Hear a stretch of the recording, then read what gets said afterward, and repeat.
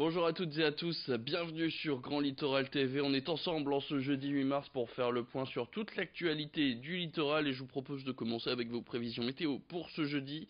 On prend les mêmes et on recommence. Le début de journée se fera sous la pluie, partout sur le nord et sur le Pas-de-Calais.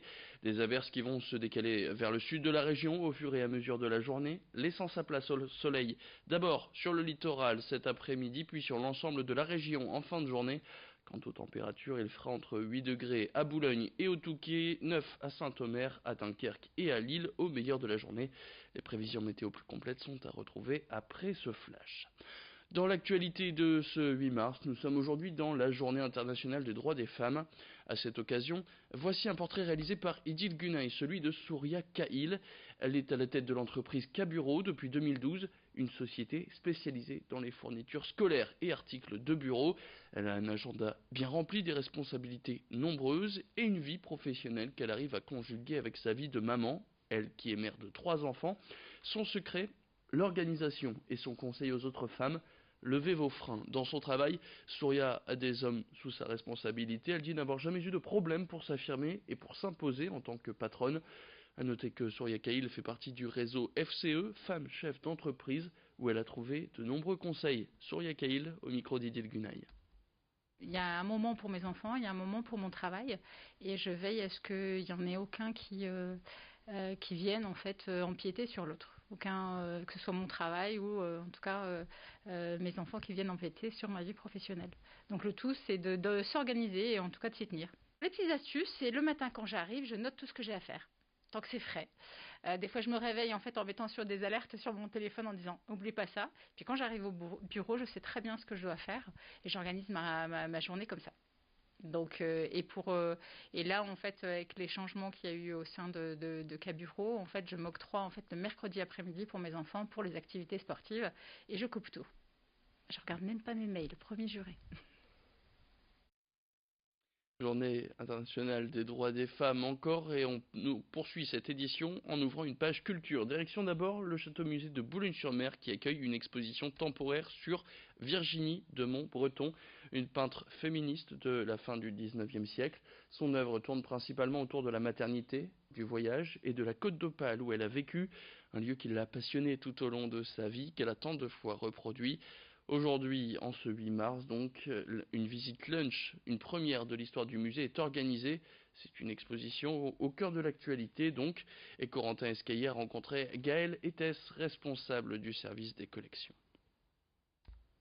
Celle-ci en particulier, elle s'appelle La Plage. C'est une œuvre qui appartient au musée d'Orsay, mais qui est en dépôt au musée des Beaux-Arts d'Arras, donc il nous l'a prêtée pour cette exposition. Et ça représente la plage de 800, avec en fond de toile le cap Blanc-Nez que peuvent reconnaître évidemment les gens qui le connaissent bien. Le sujet central de son œuvre, c'est la maternité, la mère et l'enfant, ou la famille qu'on voit ici. Et effectivement, un de ses thèmes aussi favoris, c'est la représentation des bords de mer de 800, de la Côte d'Opale. Et donc ici, elle a vraiment allié les deux avec ce paysage qui est partie prenante de cette œuvre. Et c'est la représentation de cette famille. Ça se passe donc au château-musée de Boulogne-sur-Mer. Culture, toujours direction Watt, cette fois. Les 7 et 8 avril prochains, l'association des Amis du Vieux Watt organise une exposition sur les anciens poilus de la commune. Une expo consacrée à ces soldats morts à Watt ou dans les communes alentours.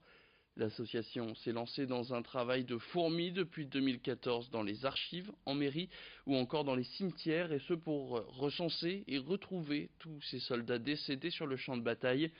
Pour continuer leurs recherches, l'association invite aussi les particuliers à prêter des souvenirs, des témoignages ou des cartes qui sont en leur possession. La Grande Guerre et toutes les morts qu'elle a engendrées du côté de Watt, c'est à retrouver les 7 et 8 avril prochains à la salle des aînés, rue de Milam. L'entrée est gratuite. Écoutez cette interview de Michel Vout, président de l'asso Les Amis du Vieux Watt, au micro de Louis Caillé.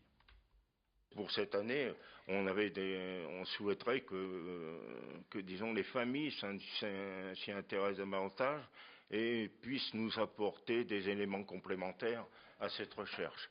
Donc, ce qui nous intéresserait, c'est d'avoir au maximum des photos, des anecdotes sur leurs parents qui sont morts Nous allons avoir donc énormément d'objets, puisque il y a déjà Philippe Gilbert qui est l'instigateur de cette exposition, et il y a déjà une belle collection. J'ai contacté des amis qui sont collectionneurs, et on va avoir vraiment pas mal de beaux objets. Allez, on parle maintenant à télévision. Si vous êtes par exemple abonné à Canal+, vous n'avez peut-être plus TF1. Alors pour tout savoir sur cette coupure improvisée, écoutez tout de suite Estelle Dargent, 1 minute pour comprendre. 1 minute pour comprendre. Depuis quelques jours, certains d'entre vous n'ont plus accès aux chaînes du groupe TF1. Canal+ a en effet décidé d'arrêter la diffusion des chaînes de ce groupe à ses abonnés, c'est-à-dire TF1, mais aussi TMC, LCI ou encore TFX. Free et Orange ont également menacé de faire pareil. Pourquoi ? Eh bien, c'est une question d'argent. TF1 est en effet en train de renégocier tous ses contrats avec les opérateurs, des contrats qui vont bientôt prendre fin pour certains, d'autres qui ont déjà pris fin. C'est le cas avec Orange. Orange qui diffuse donc depuis le 1er février les contenus TF1 sans accord. Alors, qu'est-ce qui bloque ? Eh bien, TF1 réclame aux opérateurs une vingtaine de millions d'euros pour pouvoir diffuser ces chaînes qui sont des chaînes gratuites, des sommes donc jugées excessives par Free, Orange ou encore Canal. Pour justifier ce prix, TF1 met en avant de nouveaux contenus, une nouvelle offre premium, et SFR et Bouygues de leur côté, eux, ont accepté de payer. Et en tout cas, depuis que les 5 millions d'abonnés Canal+ n'ont plus accès aux chaînes du groupe TF1, les audiences sont en baisse. The Voice a baissé, mais aussi également ce week-end, le JT de 20h, celui de France 2, est arrivé devant celui de TF1. Et puis on termine en bref avec du sport et du hand. L'USDK s'est incliné d'un petit but à domicile face à Aix, score final 30-31. Courte défaite, mais les nordistes ont couru après le score tout au long de la rencontre à cause notamment d'une défense trop fiable. Et puis en basket, pour leur première en phase finale de Coupe d'Europe, les Portellois ont été dominés par le Dynamo Sassari en Italie. Défaite 72-55 alors qu'ils menaient de 16 points pendant le match. Une défaite qui contraint les Portellois à battre les Italiens de 18 points la semaine prochaine lors du match retour au Chaudron. Fin de cette édition, merci à tous de l'avoir suivi. Tout de suite sur Grand Littoral TV, la météo. Bonne journée à toutes et à tous avec nous.